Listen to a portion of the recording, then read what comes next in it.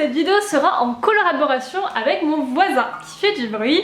Voilà, tout simplement. Alors c'est une vidéo où je vais que parler, voilà, c'est un format que je faisais beaucoup pendant le confinement. C'est des chit-chat make-up, mais là j'avais pas de sujet. Et là j'ai envie de vous parler, j'ai envie de prendre la caméra.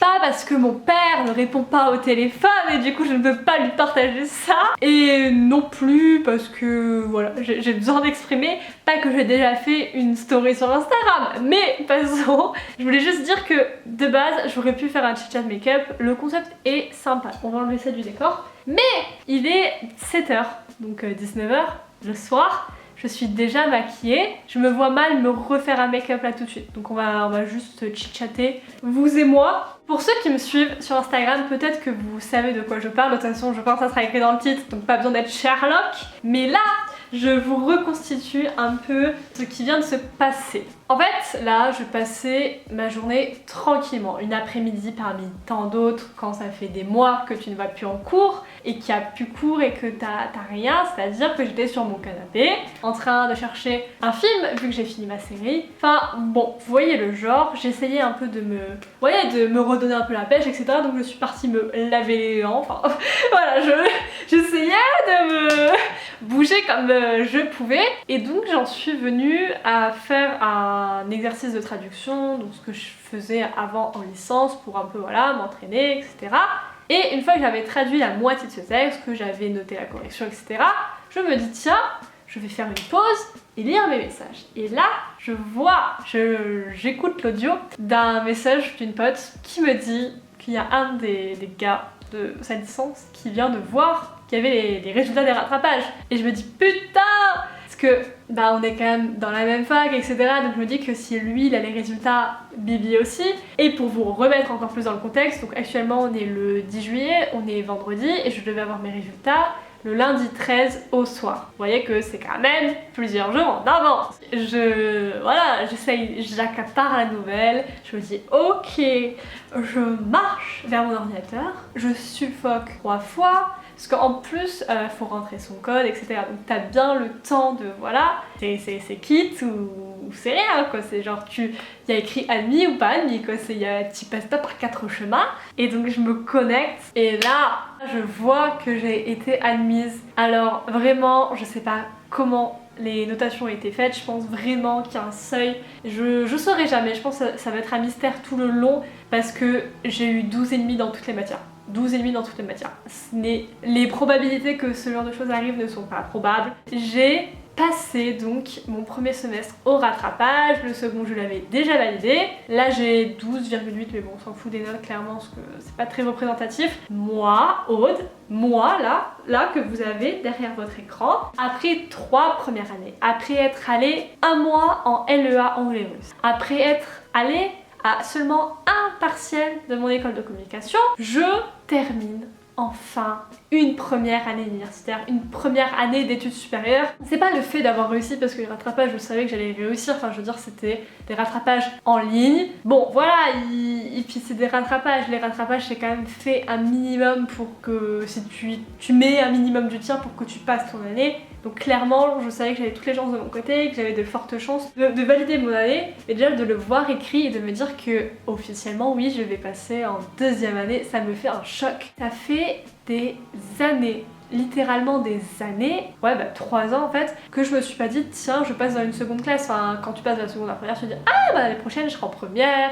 je vais avoir telle nouvelle matière, cette année là il y aura le bac, cette année là il y aura ça. Et là ça fait 3 ans que en fait je vis dans une, je sais pas, dans une sorte de boucle temporelle, parce que même moi quand je me regarde physiquement j'ai pas l'impression d'avoir changé, et je sais que mentalement j'ai changé mais pas non plus des masses. Enfin voilà, j'ai grandi comme tout le monde mais pas non plus changé de caractère du tout au tout. J'ai l'impression vraiment que c'est une boucle temporelle parce que je revivais tout le temps là, une première année, et moi-même je changeais pas forcément, et j'évoluais forcément, puis je changeais aussi d'études, donc il y avait forcément une évolution, mais j'avais plus ce truc de me dire l'année prochaine je monte d'un truc. Une fois que t'as la maternelle c'est parti quoi, tu montes, après tu vas en primaire, tu vas au collège, ça arrive de redoubler quand t'es au collège, quand t'es au lycée, etc.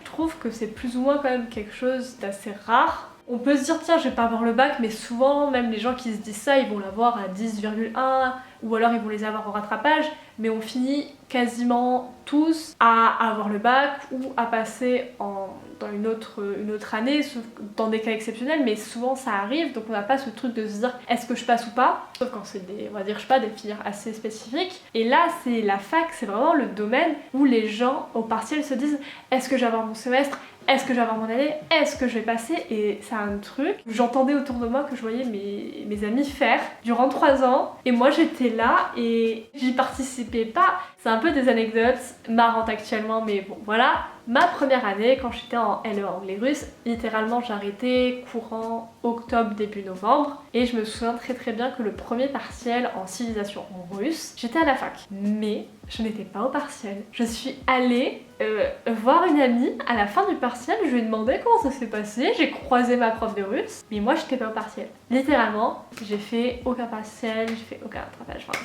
le fantôme, voilà, littéralement le fantôme. Ensuite j'ai eu mon année en école de communication où là, je suis allée au partiel du premier semestre, hein, pas le deuxième, faut pas non plus, faut pas trop m'en demander. J'ai fait tout un vlog sur mes partiels dans l'école de communication, il dure 20 minutes, c'était vraiment l'un de mes vlogs les plus longs avant je pense. J'ai pas révisé, je suis arrivée comme une fleur, ça m'a pas empêché de réussir, mais je suis arrivée comme une fleur, enfin voilà, j'étais vraiment en mode je vais quitter cette école, j'en ai un peu rien à faire. Enfin voilà, je le prenais pas au sérieux et au final j'ai pas fait les examens de seconde session.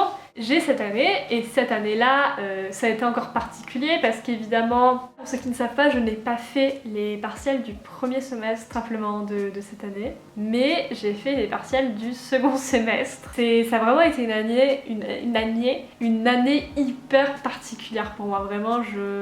J'y suis allée en étant à fond. Septembre, octobre, j'étais à fond, je respirais la fac, je vivais la fac.